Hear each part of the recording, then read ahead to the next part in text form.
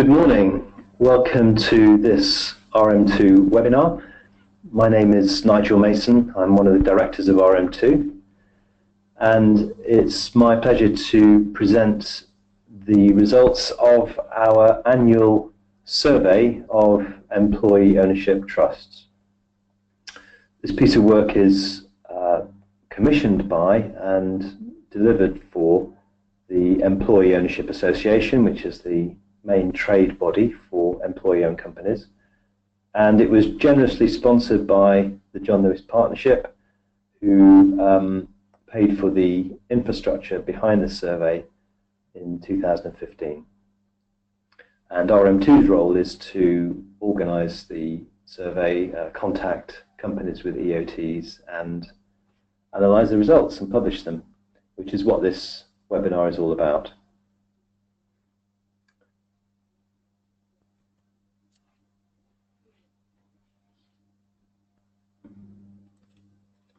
Just try and page down.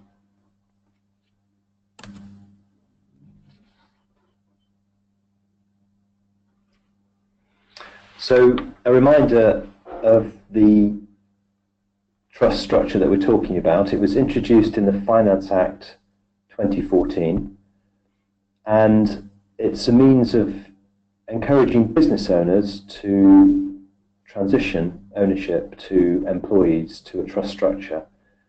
And it achieves this by dangling two rather eye-catching tax reliefs in front of business owners. The first one is full exemption from capital gains tax for owners who sell a majority stake to an EOT. And secondly, once a company has become controlled by an EOT, there's the prospect of being able to pay income tax-free cash bonuses to employees up to a monetary limit, which is presently £3,600 per annum. One key condition of these reliefs and a key requirement of the EOT structure is that it must operate always for the benefit of all employees on similar terms. So it's a discretionary trust, but it's a discretionary trust that is operated on a pretty egalitarian basis compared to most standard employee benefit trusts.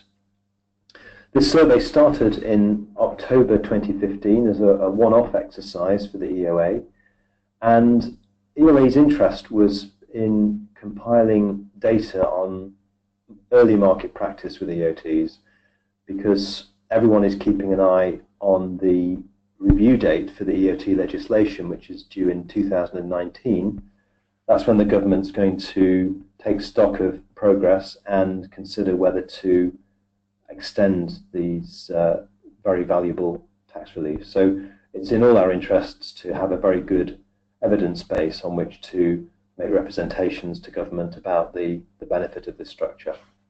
And the survey's value is very quickly recognised, and it was decided to make it into what we call an evergreen survey. In other words, there's a website that's always open, always available, and as soon as a company has transitioned to EOT ownership, it's invited to complete the questionnaire online, which is then analysed annually by RM2, and this webinar is based on results up to the end of October 2017.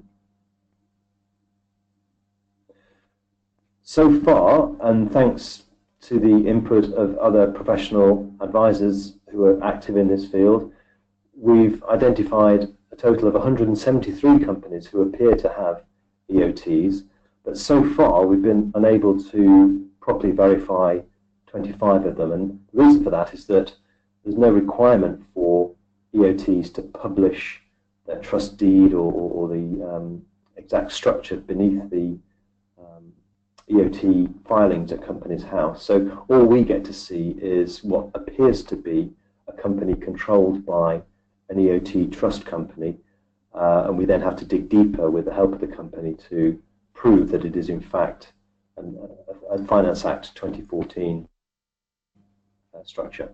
So we've identified 148 that are known to be EOTs, and from that we've subtracted 22 which were pre-existing employee benefit trusts that were allowed to deem themselves to be EOTs because they behaved like EOTs and they had an all-employee structure. The most famous of the deemed EOTs will be the John Lewis Partnership, but there are other well-known names in that 22 list as well. And we target the survey only on those companies which have newly transitioned to EOT, so 126 in total. We've had 51 responses so far, so a response rate which we hope will continue to incrementally grow of 40%, which is, I think, a satisfactory rate of response to be able to draw reliable conclusions. So first thing we did was look at the rate of growth of the sector, and we looked at when these transitions to EOTs took place, and these are 6 monthly periods which end in April and October each year. Those periods are chosen because we always cut off the analysis date for the annual survey at the end of October. And you'll see that after the initial surge in number of EOTs, when the legislation was introduced in 2014, there was then a little bit of a pause in the latter part of 2015-16. And then there are signs that momentum is now growing again. And that's certainly our own experience at RM2. We're seeing a great deal of interest in EOTs, and the pipeline is very full indeed. If we look at the industry spread, then we've got a very broad spread. In fact, it's not atypical, it's not dissimilar to the pattern found in the wider economy. And the one striking feature I thought when I saw these results was how many EOT companies are represented in what's called here the production sector, which might previously have been called the manufacturing sector of the economy. So 16% of EOTs are in manufacturing. Two of the top 3 sectors here, that's professional, scientific and technical, and information and communication, are represented as top 3 sectors in the economy at large.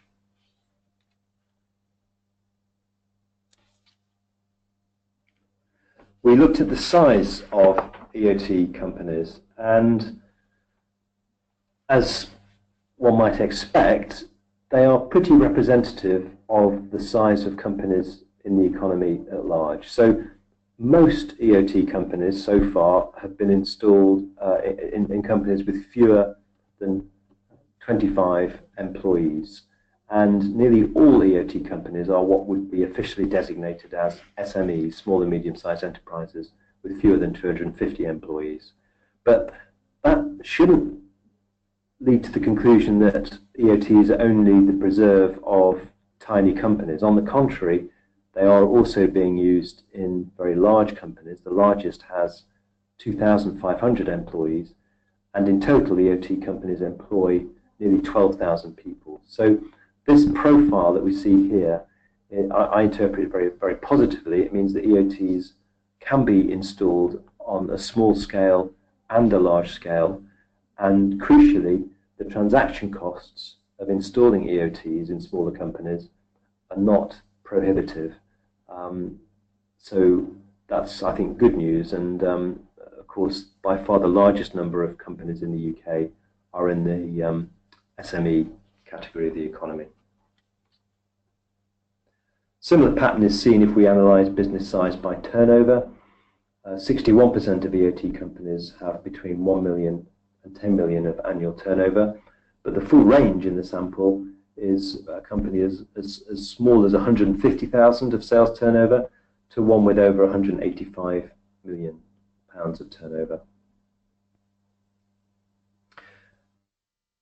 And if we then add together the EOTs that we know have newly converted, that's the column headed new EOTs, if we add that to EOTs that have been deemed to be EOTs, they were pre-existing EBTs, and if we measure employee numbers and sales turnover, we get an estimate for the total size of the EOT sector, which excuse me, is now becoming very significant when measured as a proportion of the total EO sector. And we've been able to estimate the total EO sector by looking at the top 50 list of the largest employee-owned companies, which is another publication RM2 does in June and July every year. And we've been able to extrapolate from the top 50 list and estimate the total size of the sector, which broadly corresponds to estimates that have been independently published by the White Rose Employee Ownership Centre, which is an academic institution. It's a collaboration of the universities of Leeds and the University of York. So the conclusion is that this EOT legislation has become very important to the sector, and one which we'll all be doing our very best to protect and nurture, and one that we'll be doing our best to lobby positively for in future years when the government considers the long-term future of this legislation. We asked respondents how they heard originally about EOTs, and most had heard from their professional advisors, which is helpful because a key objective of the Employee Ownership Association is to raise awareness amongst the law firms and accounting firms that are generally the first port of call for most private companies when the business owners are considering retirement.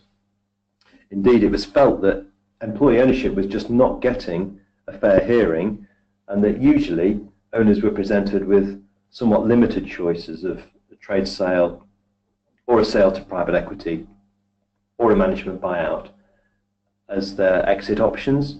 And it was felt that employee ownership was being overlooked, and the EOT is certainly now helping to correct that bias, and we're certainly seeing awareness grow amongst our advisory peers. The reasons for establishing an EOT are firmly in keeping with the objectives of the government when they introduced EOTs in 2014. So the two most common reasons were to help engage employees and to resolve succession planning. Retaining independence comes through as a very strong theme as well.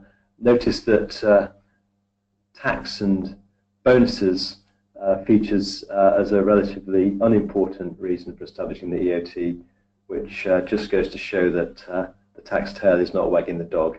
The tax reliefs are being taken as a very welcome benefit, but they're not the driving reason for considering an EOT.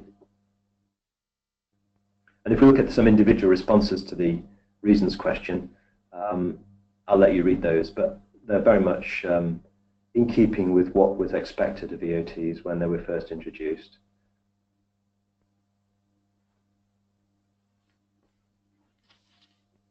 By the way, these slides can be obtained from the EOT Survey website, which I will give you the address for at the end of this webinar.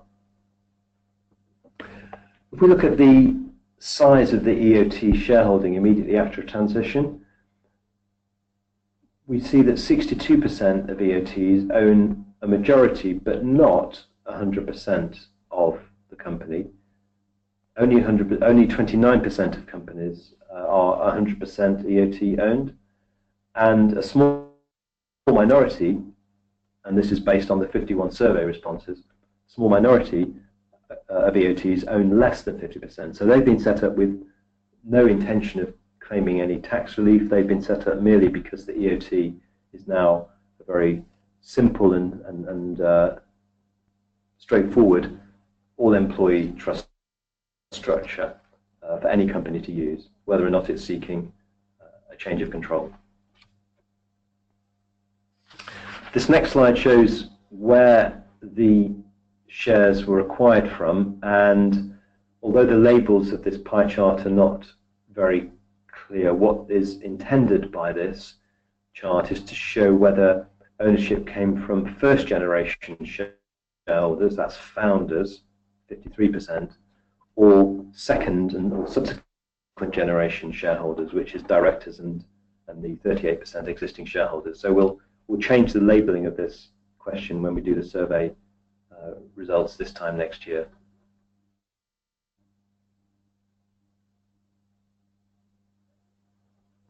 We asked respondents whether they thought the shares were acquired by the EOT at fair market value. Now, there is no hard and fast definition of fair market value, although it is a term defined in the taxes legislation. It is, I think, in the eye of the beholder and the eye of the recipient. And interestingly, nearly 2/3 of EOT companies felt that the EOT was set up having acquired shares at fair market value. So these are not, in the main, philanthropic deals. Business owners are not, in the main, selling shares at a discount, although some are, and that's always very pleasing to see. But it is proving that the EOTs can work in fully commercial situations where a business owner needs to extract good value in order to well, pay for retirement or do whatever. So I consider that to be a test of the ability of the EOT to go mainstream and become the standard exit route for private companies in years ahead. We asked how the EOT financed its acquisition of shares, and in just under half of cases, it is the vendors being willing to accept deferred payment, in other words, a kind of vendor loan. And different deals were structured more or less formally when it came to documenting vendor loans. In RM2, we tend to take the approach of documenting vendor loans quite tightly and quite precisely. And then if the vendor chooses to exercise some leniency towards the company and perhaps waive its right to interest or reschedule capital repayments, then that is down to the vendor to choose to do that. But our philosophy is that it is best to structure vendor loans on commercial terms so that it becomes easier in future for the EOT trustees to justify a refinancing of the vendor loan should that be necessary or should that be desired. Interestingly, 10% of EOTs were financed with external bank loan and 4% from other specialist sources. So we're beginning to see an emerging market in third-party finance for EOTs. And again, one acid test for whether this concept can go mainstream is whether banks and other lenders will be prepared to treat them on equal terms to something they might find more familiar, such as a management buyout structure. And the signs are very encouraging. We asked the question, do you plan to increase the EOT's shareholding? Obviously, this question is only applicable in those cases where the EOT owns less than 100%. And we found that in 53% of those cases where the EOT owns less than 100%, then there were plans to increase the holding.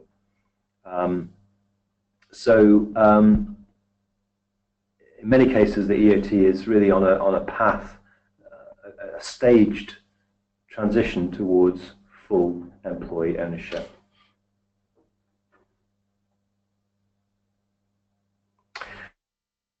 We also obtained a number of other detailed answers to technical questions about the way the EOT projects and transitions have been arranged.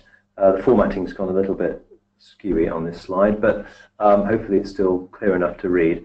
Just over three quarters of EOT transactions obtained what's called a transaction in securities clearance from HMRC.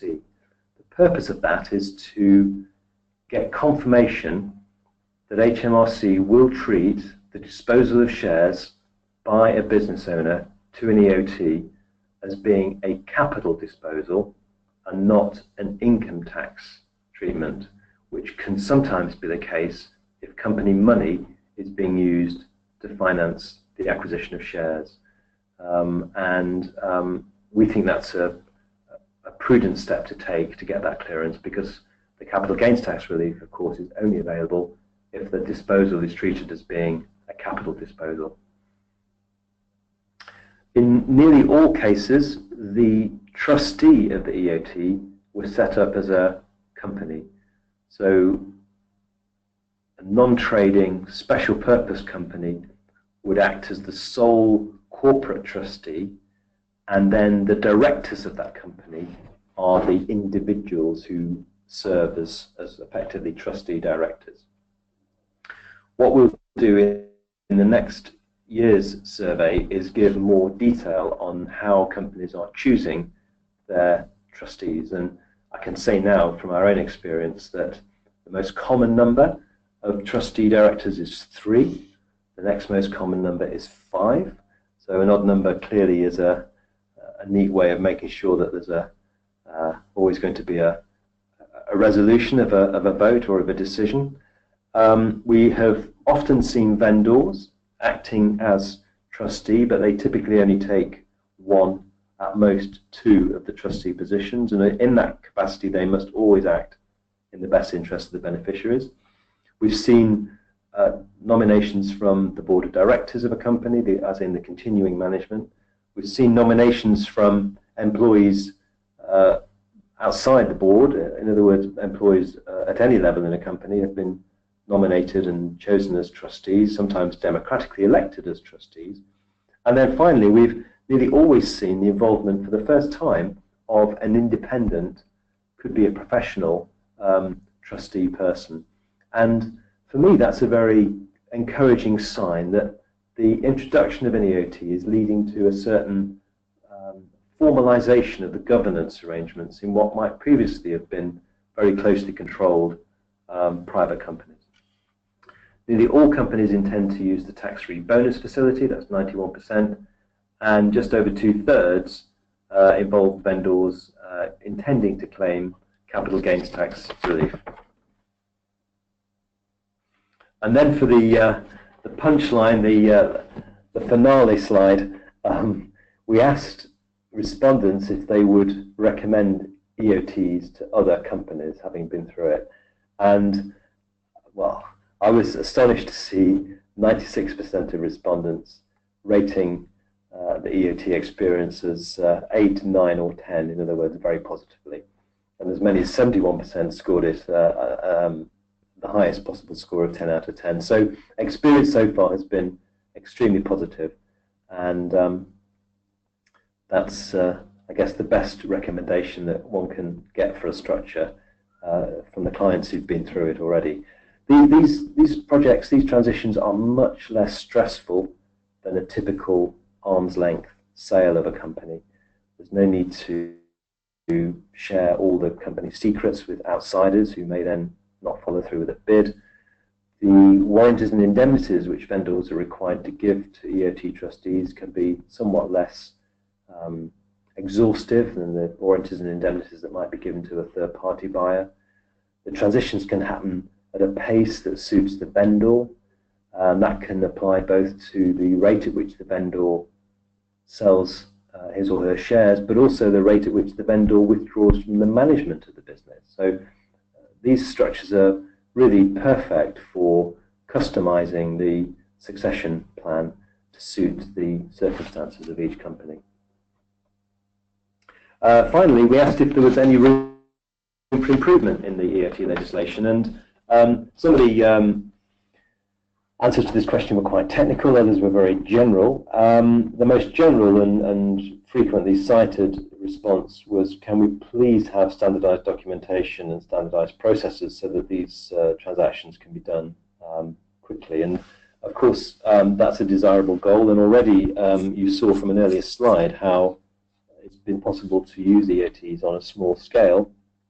But the sale of a company is not something which can be automated or subject to some standard approach. There's always a need to make sure that the sale is being done properly and thoroughly and with all due liabilities being exposed, so that the trustees, who need to be treated to an extent as an arm's length purchaser, need to make sure that the trustees are not buying an asset that is going to have then problems attached to it. So there's always going to be a degree of thoroughness required in any change of control transaction.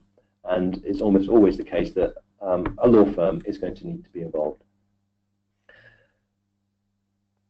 Some elderly shareholders are possibly deterred from doing EOTs because they will be swapping shares which presently will fall outside their inheritable taxable estate for loan notes which will fall to be taxed on death. And so we are lobbying for inheritance tax relief to be extended to vendor loan notes so that there is no change in the inheritance tax treatment of these transactions.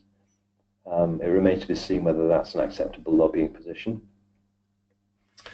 The other point that comes across in projects is the rather draconian nature of the clawback of tax relief, which arises when there is a disqualifying event, such as the EOT passing shares to employees on terms other than equal terms, or, crucially, when the EOT percentage shareholding drops below the all-important 50% threshold. That would happen, for example, if ever an EOT company needed or wanted to be sold in future. At that point, the vendor's original tax relief is effectively clawed back from the EOT.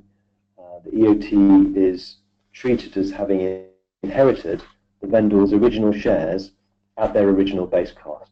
Now, this is a very draconian piece of anti-avoidance protection for the government because it's open-ended in its timing. In other words, the clawback risk never disappears. And ultimately, the people paying for this clawback are the employees of the company, the beneficiaries of the EOT. And we think it's unfair that that risk should continue indefinitely into the future. We're lobbying for that risk to be time limited, possibly tapered down to zero after a period of 5 or 10 years.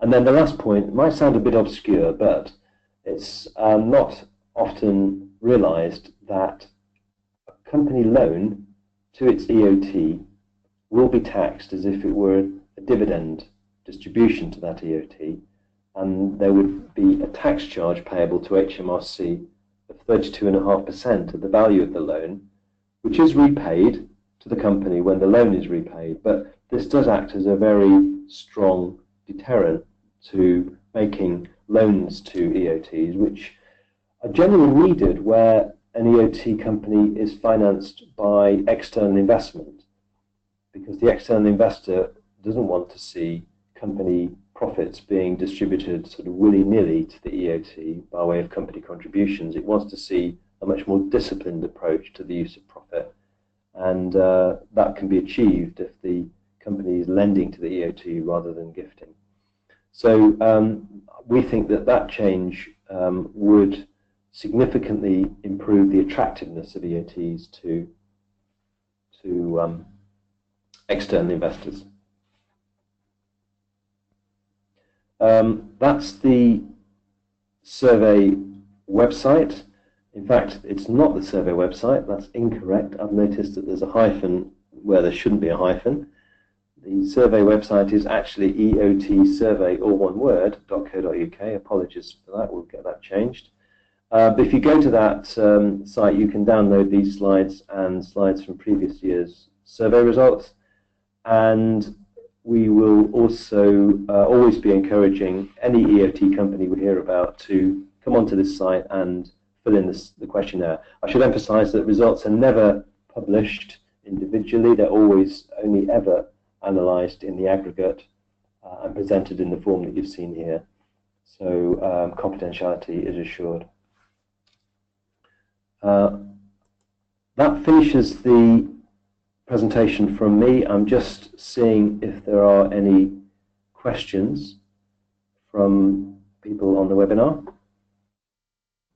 And amazingly, there are none, which surely doesn't mean that everything I said was crystal clear, but now is your chance to ask any questions using the dashboard if you want to. Here's a question coming in, and it's from a client who seems to be now a knight of the realm. He's called Sir David. I know exactly who that is. Let's see the question, David.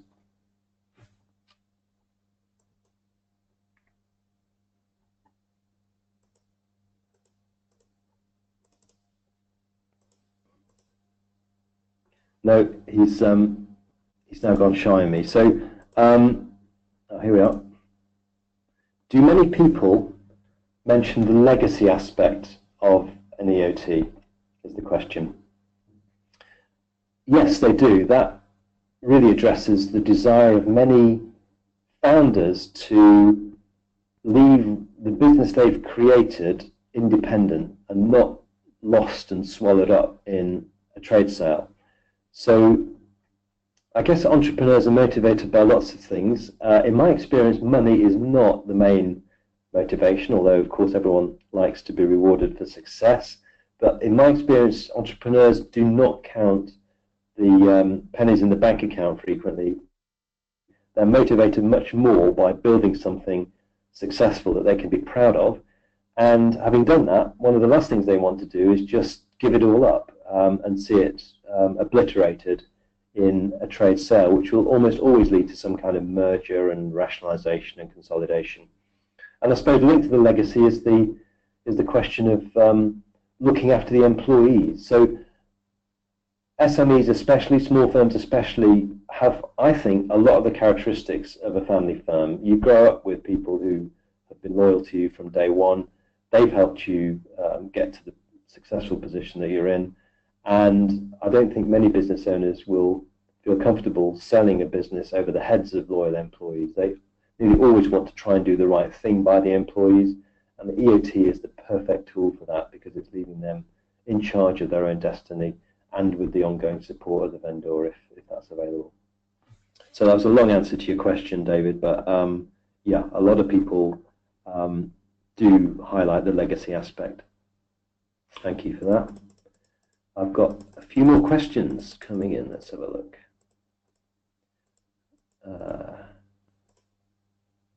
Okay, here's one. No, already done that one. Another question. Is it a potential conflict of interest to appoint a professional like an accountant as a trustee of the EOT? Well, yes, it is a potential conflict of interest if the accountant is the auditor, because the duty of the auditor is to the company and all its shareholders. Having said that, I always take the view that if conflicts are fully declared and fully managed, then one can work around them and live with them. Business is full of conflicts of interest. What matters is how you deal with them, not eliminating them altogether. I think that's often very difficult. So we've been in positions where we've been invited to be a trustee, and in fact we are a trustee of one of our clients' EOTs, even though our role was to help arrange the EOT in the first place, and our client for that would have been the company. We've then taken a different role post-EOT as one of the trustees. You could argue there's a conflict of interest there, but you know, everyone is fully aware of our role, and we just make sure that that's fully disclosed and managed. So I think one can get overexcited about conflict of interest. I do think the key conflict of interest is between the vendor, the outgoing business owner, and the new trustees. I do think it's important that valuations of these transactions are conducted independently and that the trustee is given the chance to properly scrutinize that valuation, challenge it if necessary, get comfort on it. That's the biggest conflict of interest, and I do think it's important to be, you know, very upfront about that.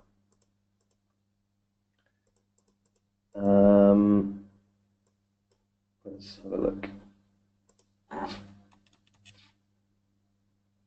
I think that might be the last question. Here we are. Is there help for businesses post-EOT? Yes, there is. Different advisors will approach that in different ways. We offer an administration and support service to EOTs as a sort of support maintenance contract. We will also occasionally act as a trustee, but we normally encourage a company to find its own, like, local, friendly, independent people, if that's available. So yes, there is support, and I would encourage all companies who've gone down this route and who are considering going down this route to join the EOA. I'm not on commission to say that. They're a great organisation. I've known them since they were first founded in 1978, I think, and they really do wonderful work. So that's one of your best sources of support from other firms and from the EOA itself. Another question here: if an employee becomes an EOT trustee, do they have to be given detailed financial data? Well, as a trustee, you're acting as shareholder on behalf of your colleagues, and any shareholder in a company has a right to receive basic financial information about the performance of the company in which they're a shareholder. And in a position where the EOT is controlling the company, I think that right to information goes beyond what is just filed on the public register a company's house. So yes, I do think that trustees, including employee trustees, should be given access to more detailed financial information than would be available to outsiders such as suppliers. Obviously that can be done under suitable confidentiality promises and confidentiality arrangements. It does go back to the all-important question of training and preparation of trustees. We do think employees need to be properly equipped to perform the trustee role, and so they should be trained in what their roles and responsibilities are, and they should be prepped and trained in the interpretation of financial information. Yeah, I think that's good practice. The more you can treat your employees like grown adults, then the more engagement you're going to get from the whole team. So we're out of time now. I need to call an end to the webinar because we promised it would be over soon after 11:30. So thank you everybody for attending. The slides are on the survey website, which to repeat is EOT Survey, all one word, .co.uk. And thank you very much for participating, and hopefully we'll see you on a future webinar very soon. Bye-bye.